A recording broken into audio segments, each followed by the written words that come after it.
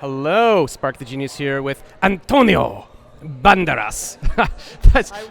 I wish. It's funny. Like whenever I do voice acting, and whenever I have to do a Spanish accent or something to get myself in that mindset, I go, My name is Antonio Banderas," and then that's the word I say. So I apologize for that. You must have a different last name. Ienco, yeah.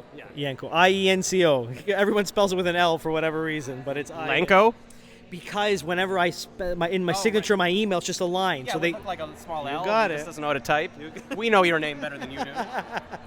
Fool.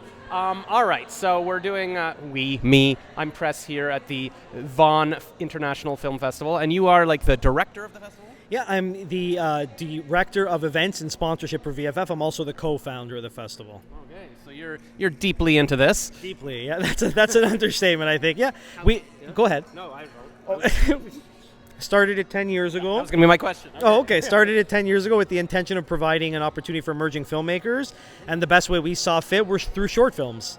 Okay, so 10 years all later. short films here. All short films, nothing longer than 20 minutes. That's great, because everybody has short attention spans. Well, there you go, right? There's another reason why we did it in that direction as well. No, but we're excited to be able to celebrate these incredible short films and to be able to break it up into 4 different blocks. We're revisiting 2 blocks with this year's International 2022 lineup, and then we have a separate block, first time we've ever done it specific to a genre, a documentary block, and an animation block, to cater to all different audiences, right? That's great. Now, what I noticed, I was just covering TIFF, and I went to one of the short film screenings, and it's amazing stuff. And what you realize is that, to make an entire feature film, not a lot of people can afford that or whatever, but there can be amazing up-and-coming filmmakers that can make a short that maybe you're discovering new talent that, eventually that'll be the next Steven Spielberg or whatever. Well, that's the thing, right? When we started this 10 years ago, the idea was looking at short films as that stepping stone to the feature film. And it's not always the case. I think short films now have enough of a market or enough of an outreach to be able to sort of market themselves, or you're looking at notable actors taking that first leap of faith in directing. Their directorial debut ends up becoming a short film. Yeah, didn't Taylor Swift just do that? Well, Taylor Swift. We've also had Eva Longoria in our lineup in the past as well. We only discovered that she was a producer of one of the films because the credits showed up and Eva was being recognized, and it was a film called Wasted Beauties that submitted a few years back. So, story of my life, Wasted Beauty. I don't know what that even means. Well, that's exciting, and I like how it's 2 separate weekends, so it's like, people have 2 chances to see it. It's kind of broken up a bit. And a lot of people might have missed this year's 2022 lineup in June. Yeah. So to revisit it the first weekend, September 23rd and 24th, gives them an opportunity to, if they maybe have only seen one, to see the other. If they haven't seen any, they get a chance to see this year's lineup. That's what I love too, because I was looking up online. I'm like, wait a minute, wasn't this in June? But no, you guys sort of have stuff throughout the year, which is really nice, because after TIFF, I was like, oh, I have to wait a whole another year for TIFF. But you guys are like doing stuff, and I was so excited with TIFF. I'm like, what's the next big thing? And so I'm like, oh, I got to come do this. And I love this space, and there's pizza and everything. There's definitely pizza, that's for sure. So, would you call Vaughan like Hollywood North? Like it's kind of, the city above Toronto, city of Vaughan? Well, it's not that. I never like to use the reference city above Toronto because it was taken the wrong way. But I do like to say that it's just north of Toronto. So for anyone that's looking to come enjoy these films, you don't need a vehicle. It's not set up in a drive-in format. It's cinema under the stars. I took the subway here. That's perfect. Possible now. See that? Yeah. That's a perfect plug because Vaughan Met is right across the street. I could see it from here if there weren't walls in front of me. Yeah. It's right across the street, so if anyone is taking transit to get here, it's you get off at Vaughan Metropolitan, you walk just south of Highway 7, and you're here. Yeah, Google Maps directed me. I had to walk around the building a bit to find it, but there's an IKEA, so you can stop there for meatballs. There's not many IKEAs. No. So if you search IKEA Vaughan, it's right next to it. It's a good bet. That's a great point. That's a great point. So and then you can bring your own chairs, I guess. I don't know. We have Muskoka. We took care of that. Oh, okay. We got Muskoka chairs.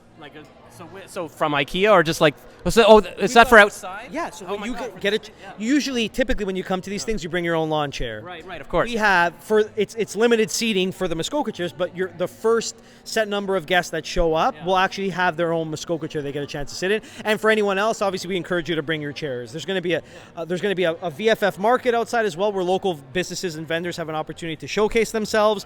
Local musicians are going to play before the screenings, so it's nonstop entertainment. Oh my gosh, I'm excited. I want to move to Vaughan now. I'm a digital nomad. Maybe this is where I should settle. I'm excited. Why not? Well, thank you so much. Thank you. And I look forward to seeing you at the festival.